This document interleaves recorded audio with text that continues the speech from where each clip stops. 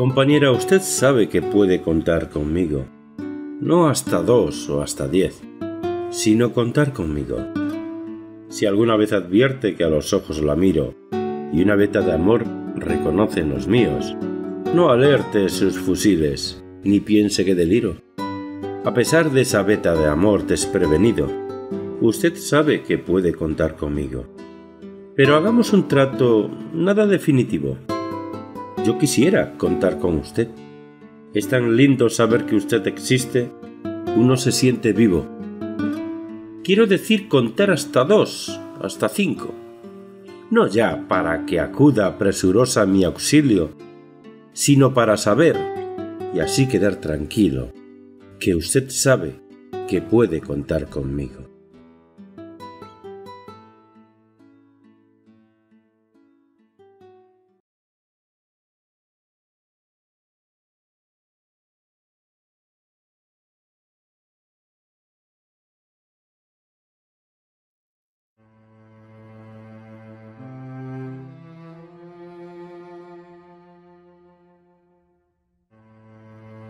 Detengan los relojes. Desconecten el teléfono. Denle un hueso al perro para que no ladre. Allen los pianos y con ese tamborileo sordo saquen el féretro. Acérquense los dolientes, que los aviones sobrevuelen quejumbrosos y escriban en el cielo el mensaje. Él ha muerto. Pongan moños negros en los níveos cuellos de las palomas, que los policías usen guantes de algodón negro. Él era mi norte, mi sur, mi este y oeste, mi semana de trabajo y mi domingo de descanso, mi mediodía, mi medianoche, mi conversación, mi canción.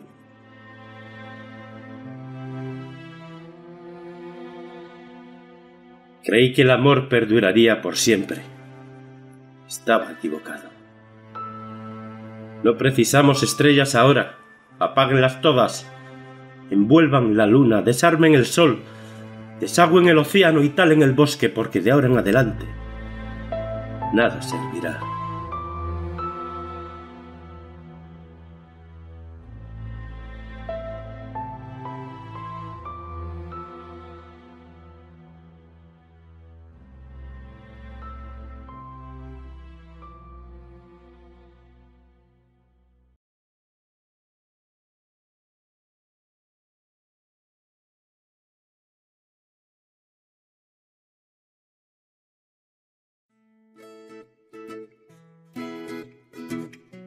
Ven a sentarte conmigo, Lidia, a la orilla del río.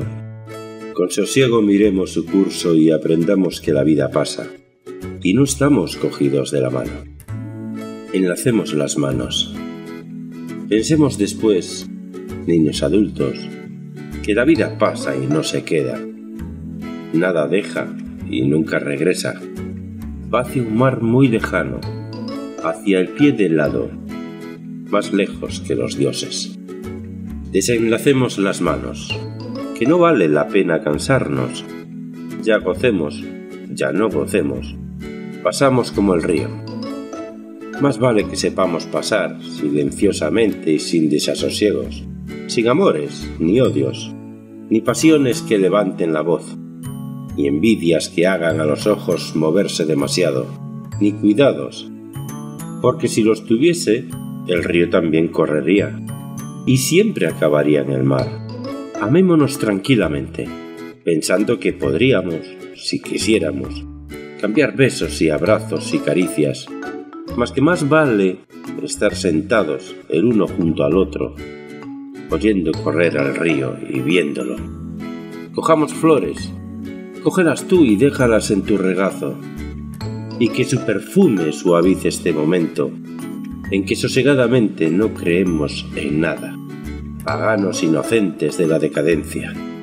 Por lo menos, si yo fuera sombra antes, te acordarás de mí, sin que mi recuerdo te queme o te hiera o te mueva, porque nunca enlazamos las manos, ni nos besamos, ni fuimos más que niños. Y si antes que yo llevases el óvulo al barquero sombrío, no sufriré cuando de ti me acuerde. A mi memoria has de ser suave recordándote así. a la orilla del río, pagana triste y con flores en el regazo.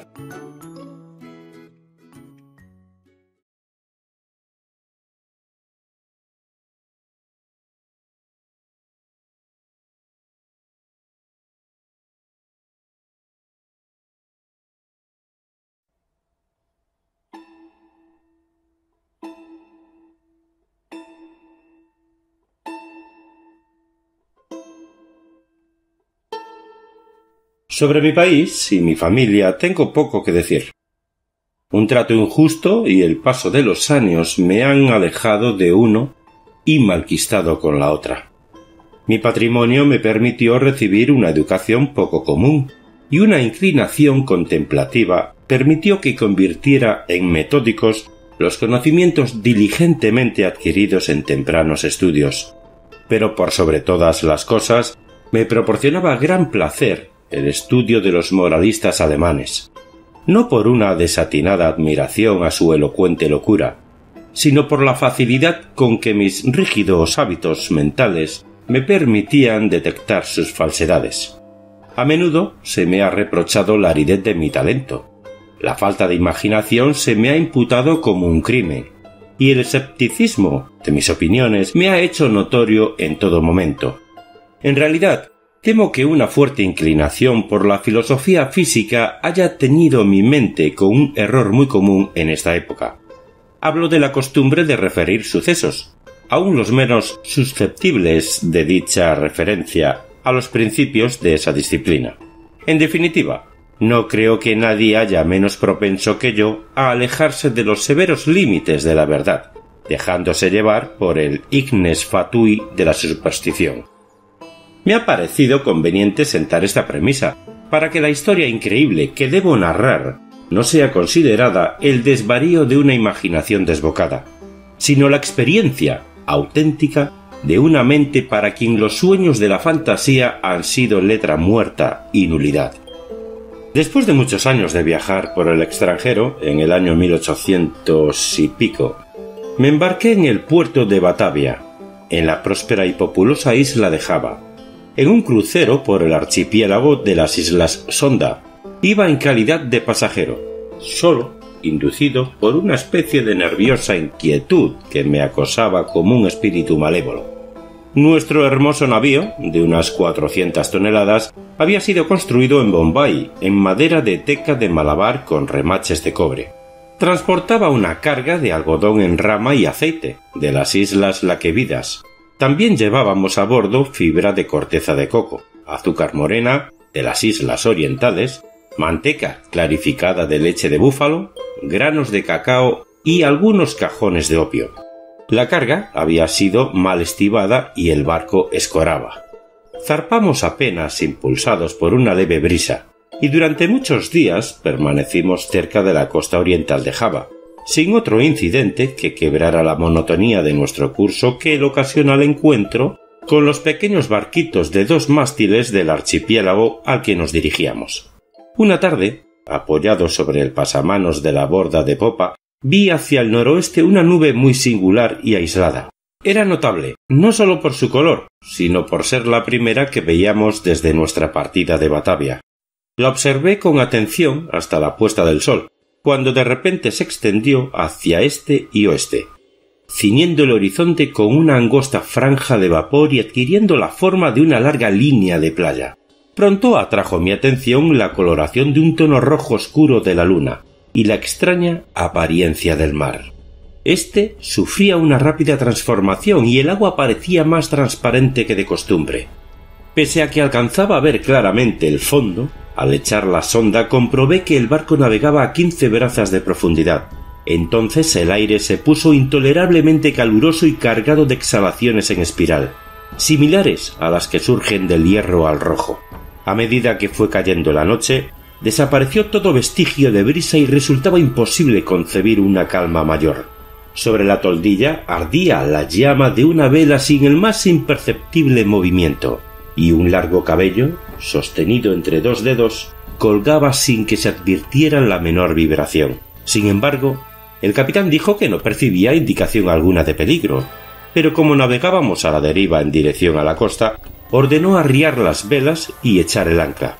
No apostó vigías y la tripulación, compuesta en su mayoría por malayos, se tendió deliberadamente sobre cubierta.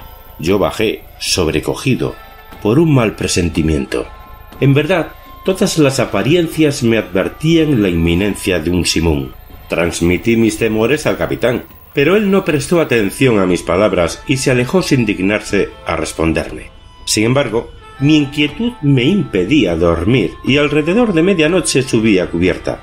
Al apoyar el pie sobre el último peldaño de la escalera de cámara, me sobresaltó un ruido fuerte e intenso, semejante al producido por el giro veloz de la rueda de un molino, y antes de que pudiera averiguar su significado, percibí una vibración en el centro del barco. Instantes después se desplomó sobre nosotros un furioso mar de espuma que, pasando por sobre el puente, barrió la cubierta de proa a popa. La extrema violencia de la ráfaga fue, en gran medida, la salvación del barco. Aunque totalmente cubierto por el agua, como sus mástiles habían volado por la borda, después de un minuto se enderezó pesadamente, salió a la superficie y luego de vacilar algunos instantes, bajó la presión de la tempestad, se enderezó por fin. Me resultaría imposible explicar qué milagro me salvó de la destrucción. Aturdido por el choque del agua, al volver en mí, me encontré estrujado entre el mástil de popa y el timón. Me puse de pie con gran dificultad y, al mirar, mareado, a mi alrededor, mi primera impresión fue que nos encontrábamos entre arrecifes. Tan tremendo e inimaginable era el remolino de olas enormes y llenas de espuma en que estábamos sumidos. Instantes después, oí la voz de un anciano sueco que había embarcado poco antes de que el barco zarpara. Lo llamé con todas mis fuerzas y al rato se me acercó tambaleante. No tardamos en descubrir que éramos los únicos supervivientes. Con excepción de nosotros, las olas acababan de barrer con todo lo que se hallaba en cubierta. El capitán y los oficiales debían haber muerto mientras dormían, porque los camarotes estaban totalmente anegados. Sin ayuda, era poco lo que podíamos hacer por la seguridad del barco y nos paralizó la convicción de que no tardaríamos en zozobrar. Por cierto que el primer embate del huracán destrozó el cable del ancla, porque de no ser así, nos habríamos hundido instantáneamente. Navegábamos a una velocidad tremenda y las olas rompían sobre nosotros. El maderamen de popa estaba hecho anicos y todo el barco había sufrido gravísimas averías. Pero comprobamos con júbilo que las bombas no estaban atascadas y que el lastre no parecía haberse descentrado. La primera ráfaga había amainado y la violencia del viento ya no entrañaba gran peligro, pero la posibilidad de que cesara por completo nos aterrorizaba, convencidos de que, en medio del oleaje siguiente, sin duda, moriríamos. Pero no parecía probable que el justificado temor se convirtiera en una pronta realidad. Durante 5 días y noches completos, en los cuales nuestro único alimento consistió en una pequeña cantidad de melaza que trabajosamente logramos procurarnos en el castillo de proa, la carcasa del barco avanzó a una velocidad imposible de calcular, impulsada por sucesivas ráfagas que, sin igualar la violencia del primitivo simoún, eran más aterrorizantes que cualquier otra tempestad vivida por mí en el pasado. Con pequeñas variantes, durante los primeros 4 días nuestro curso fue sudeste y debimos haber costeado Nueva Holanda. Al 5.º día, el frío era intenso, pese a que el viento había girado un poco hacia el norte. El sol nacía con una enfermiza coloración amarillenta y trepaba apenas unos grados sobre el horizonte, sin irradiar una decidida luminosidad. No había nubes a la vista, y sin embargo, el viento arreciaba y soplaba con furia despareja e irregular. Alrededor de mediodía, aproximadamente, porque sólo podíamos adivinar la hora, volvió a llamarnos la atención la apariencia del sol. No irradiaba lo que con propiedad podríamos llamar luz, sino un resplandor opaco y lúgubre, sin reflejos, como si todos sus rayos estuvieran polarizados. Justo antes de hundirse en el mar turgente, su fuego central se apagó de modo abrupto, como por obra de un poder inexplicable. Quedó solo reducido a un aro plateado y pálido que se sumergía deprisa en el mar insondable. Esperamos en vano la llegada del 6.º día, ese día que para mí no ha llegado y que para el sueco no llegó nunca. A partir de aquel momento quedamos sumidos en una profunda oscuridad, a tal punto que no hubiéramos podido ver un objeto a 20 pasos del barco. La noche eterna continuó envolviéndonos, ni siquiera atenuada por la fosforescencia brillante del mar a la que nos habíamos acostumbrado en los trópicos. También observamos que, aunque la tempestad continuaba rugiendo con interminable violencia, ya no conservaba su apariencia habitual de olas ni de espuma con las que antes nos envolvía. A nuestro alrededor todo era espanto, profunda oscuridad y un negro y sofocante desierto de ébano. Abandonamos todo intento de atender el barco, por considerarlo inútil, y nos aseguramos lo mejor posible a la base del palo de mesana, clavando con amargura la mirada en el océano inmenso. No había manera de calcular el tiempo ni de prever nuestra posición. Sin embargo, teníamos plena conciencia de haber avanzado más hacia el sur que cualquier otro navegante anterior, y nos asombró no encontrar los habituales impedimentos de hielo. Mientras tanto, cada instante amenazaba con ser el último de nuestras vidas. Olas enormes, como montañas, se precipitaban para batirnos. El oleaje sobrepasaba todo lo que yo hubiera imaginado y fue un milagro que no zozobráramos instantáneamente. Mi acompañante hablaba de la liviandad de nuestro cargamento y me recordaba las excelentes cualidades de nuestro barco, pero yo no podía menos que sentir la absoluta inutilidad de la esperanza misma, y me preparaba, melancólicamente, para una muerte que, en mi opinión, nada podía demorar ya más de una hora, porque con cada nudo que el barco recorría el mar negro y tenebroso, adquiría más violencia. Por momentos jadeábamos para respirar, elevados a una altura superior a la del albatros, y otras veces nos mareaba la velocidad de nuestro descenso a un infierno acuoso donde el aire se estanciaba y ningún sonido turbaba el sopor del kraken. Nos encontrábamos en el fondo de uno de esos abismos, cuando un repentino grito de mi compañero resonó horriblemente en la noche. «¡Mire! ¡Mire!», exclamó, chillando junto a mi oído. «¡Dios todopoderoso, mire! ¡Mire!». Mientras hablaba percibí el resplandor de una luz mortecina y rojiza que recorría los costados del inmenso abismo en que nos encontrábamos, arrojando cierto brillo sobre nuestra cubierta. Al levantar la mirada, contemplé un espectáculo que me heló la sangre. A una altura tremenda, directamente encima de nosotros y al borde mismo del precipicio líquido, flotaba un gigantesco navío, de quizás 4000 toneladas.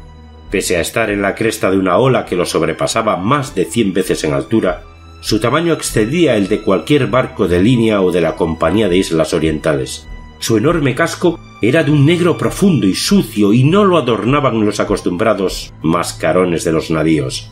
Una sola hilera de cañones de bronce asomaba por los portañolas abiertas, y sus relucientes superficies reflejaban las luces de innumerables linternas de combate que se balanceaban de un lado al otro en las jarcias. Pero lo que más asombro y estupefacción nos provocó fue que en medio de ese mar sobrenatural y de ese huracán ingobernable navegara con todas las velas desplegadas.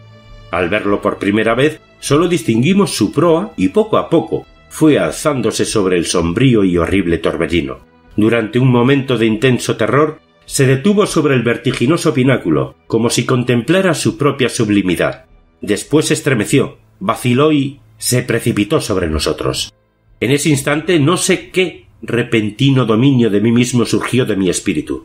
A los tropezones retrocedí todo lo que pude hacia popa y allí esperé sin temor la catástrofe. Nuestro propio barco había abandonado por fin la lucha y se hundía de proa en el mar. En consecuencia, recibió el impacto de la masa descendente en la parte ya sumergida de su estructura, y el resultado inevitable fue que me vi lanzado con violencia irresistible contra los obenques del barco desconocido. En el momento en que caí, la nave viró y se escoró, y supuse que la consiguiente confusión había impedido que la tripulación reparara en mi presencia. Me dirigí sin dificultad y sin ser visto hasta la escotilla principal, que se encontraba parcialmente abierta, y pronto encontré la oportunidad de ocultarme en la bodega. No podía explicar por qué lo hice. Tal vez el principal motivo haya sido la indefinible sensación de temor que, desde el primer instante, me provocaron los tripulantes de ese navío. No estaba dispuesto a confiarme a personas que a primera vista me producían una vaga extrañeza, duda y aprensión. Por lo tanto, consideré conveniente encontrar un escondite en la bodega. Lo logré moviendo una pequeña porción de la armazón, y así me aseguré un refugio conveniente entre las enormes cuadernas del buque. Apenas había completado mi trabajo cuando el sonido de pasos en la bodega me obligó a hacer uso de él. Junto a mi escondite pasó un hombre que avanzaba con pasos débiles y andar inseguro. No alcancé a verle el rostro, pero tuve oportunidad de observar su apariencia general. Todo en él denotaba poca firmeza y una avanzada edad. Bajo el peso de los años le temblaban las rodillas y su cuerpo parecía agobiado por una gran carga.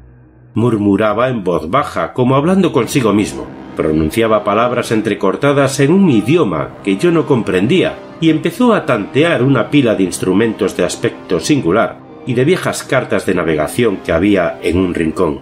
Su actitud era una extraña mezcla de la terquedad de la segunda infancia y la solemne dignidad de un dios. Por fin subió nuevamente a cubierta y no lo volví a ver. Un sentimiento que no puedo definir se ha posesionado de mi alma. Es una sensación que no admite análisis, frente a la cual las experiencias de épocas pasadas resultan inadecuadas y cuya clave, me temo, no me será ofrecida por el futuro. Para una mente como la mía, esta última consideración es una tortura. Sé que nunca me daré por satisfecho con respecto a la naturaleza de mis conceptos. Y sin embargo, no debe asombrarme que esos conceptos sean indefinidos, puesto que tienen su origen en fuentes totalmente nuevas. Un nuevo sentido, una nueva entidad se incorpora a mi alma.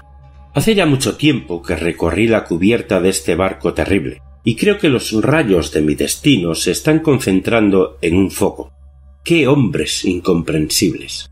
Envueltos en meditaciones cuya especie no alcanzo a adivinar, pasan a mi lado sin percibir mi presencia. Ocultarme sería una locura, porque esta gente no quiere ver. Hace pocos minutos pasé directamente frente a los ojos del segundo oficial. No hace mucho que me aventuré a entrar a la cabina privada del capitán, donde tomé los elementos con que ahora escribo y he escrito lo anterior. De vez en cuando continuaré escribiendo este diario. Es posible que no pueda encontrar la oportunidad de darlo a conocer al mundo, pero trataré de lograrlo. A último momento, introduciré el mensaje en una botella y la arrojaré al mar. Ha ocurrido un incidente que me proporciona nuevos motivos de meditación. ¿Ocurren estas cosas por fuerza de un azar sin gobierno? Me había aventurado a cubierta donde estaba tendido, sin llamar la atención, entre una pila de flechaduras y viejas telas, en el fondo de una balandra. Mientras meditaba en lo singular de mi destino, inadvertidamente tomé un pincel mojado en brea y pinté los bordes de una vela arrastradera cuidadosamente doblada sobre un barril, a mi lado. La vela ha sido izada y las marcas irreflexivas que hice con el pincel se despliegan formando la palabra descubrimiento. Últimamente he hecho muchas observaciones sobre la estructura del navío. Aunque bien armado, no creo que sea un barco de guerra. Sus jarcias, construcción y equipo en general contradicen una suposición semejante. Alcanzo a percibir con facilidad lo que el navío no es, pero me temo no poder afirmar lo que es. Ignoro por qué, pero al observar su extraño modelo y la forma singular de sus mástiles, su enorme tamaño y su excesivo velamen, su proa severamente sencilla y su popa anticuada, de repente cruza por mi mente una sensación de cosas familiares, y con esas sombras imprecisas del recuerdo siempre se mezcla la memoria de viejas crónicas extranjeras y de épocas remotas. He estado estudiando el maderamen de la nave. Ha sido construida con un material que me resulta desconocido. Las características peculiares de la madera me dan la impresión de que no es apropiada para el propósito al que se le aplicara. Me refiero a su extrema porosidad, independientemente considerada de los daños ocasionados por los gusanos, que son una consecuencia de navegar por estos mares, y de la podredumbre provocada por los años.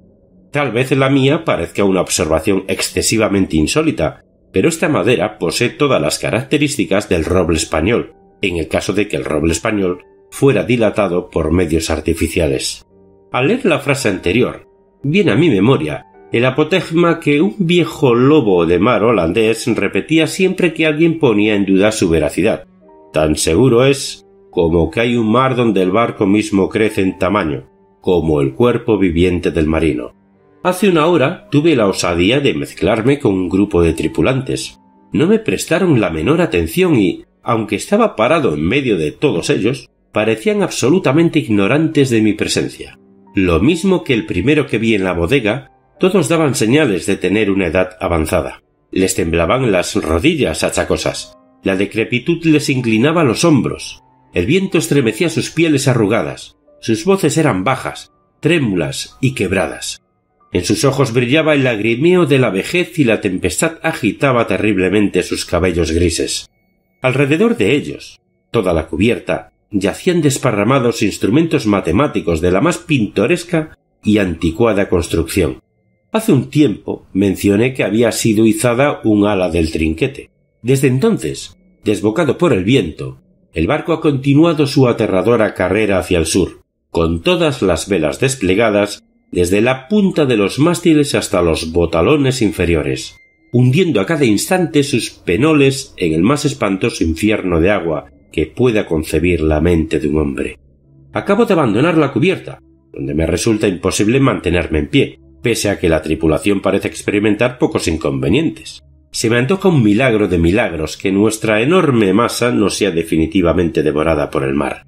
Sin duda estamos condenados a flotar indefinidamente al borde de la eternidad sin precipitarnos por fin en el abismo. Remontamos olas 1000 veces más gigantescas que las que he visto en mi vida, por las que nos deslizamos con la facilidad de una gaviota, y las aguas colosales alzan su cabeza por sobre nosotros como demonios de las profundidades, pero como demonios limitados a la simple amenaza y a quienes les está prohibido destruir.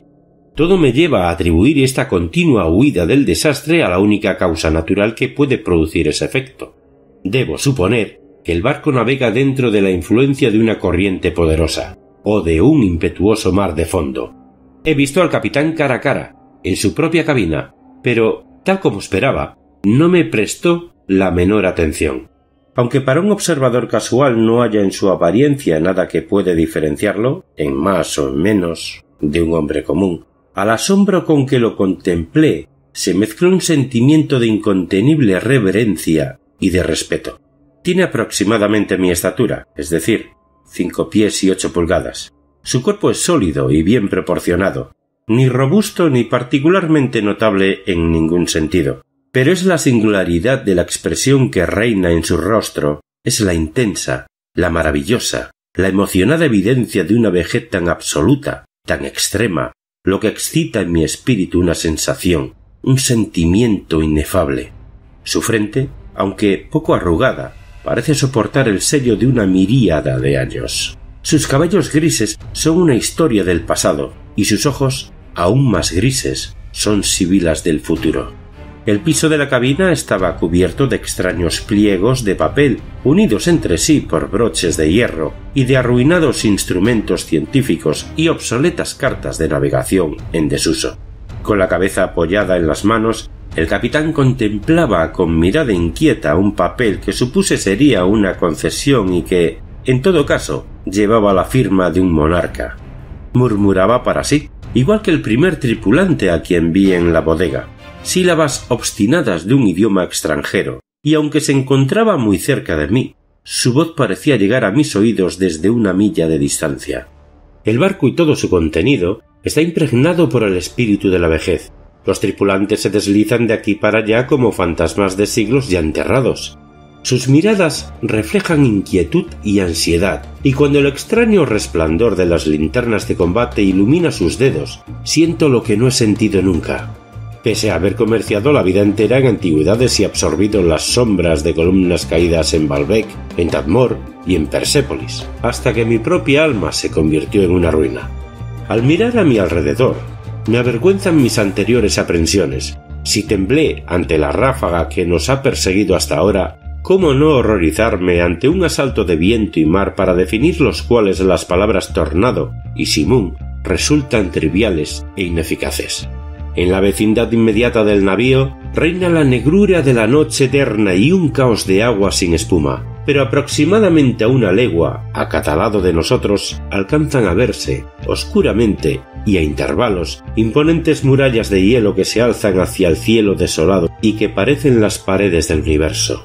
Como imaginaba, el barco sin duda está en una corriente, si así se puede llamar con propiedad a una marea que, aullando y chillando entre las blancas paredes de hielo, se precipita hacia el sur con la velocidad con que cae una catarata. Presumo que es absolutamente imposible concebir el horror de mis sensaciones. Sin embargo, la curiosidad por penetrar en los misterios de estas regiones horribles predomina sobre mi desesperación y me reconciliará con la más odiosa apariencia de la muerte. Es evidente que nos precipitamos hacia algún conocimiento apasionante, un secreto imposible de compartir, cuyo descubrimiento lleva en sí la destrucción. Tal vez esta corriente nos conduzca hacia el mismo polo sur. Debo confesar que una suposición en apariencia tan extravagante tiene todas las posibilidades a su favor. La tripulación recorre la cubierta con pasos inquietos y trémulos, pero en sus semblantes, la ansiedad de la esperanza supera a la apatía de la desesperación. Mientras tanto, seguimos navegando con viento de popa, y como llevamos todas las velas desplegadas, por momentos el barco se eleva por sobre el mar. ¡Oh, horror de horrores! De repente el hielo se abre a derecha e izquierda, y giramos vertiginosamente en inmensos círculos concéntricos, rodeando una y otra vez los bordes de un gigantesco anfiteatro, el ápice de cuyas paredes se pierde en la oscuridad y la distancia. Pero me queda poco tiempo para meditar en mi destino. Los círculos se estrechan con rapidez, nos precipitamos furiosamente en la vorágine, y entre el rugir, el aullar y el atronar del océano y de la tempestad el barco trepida. ¡Oh, Dios! ¡Y se hunde!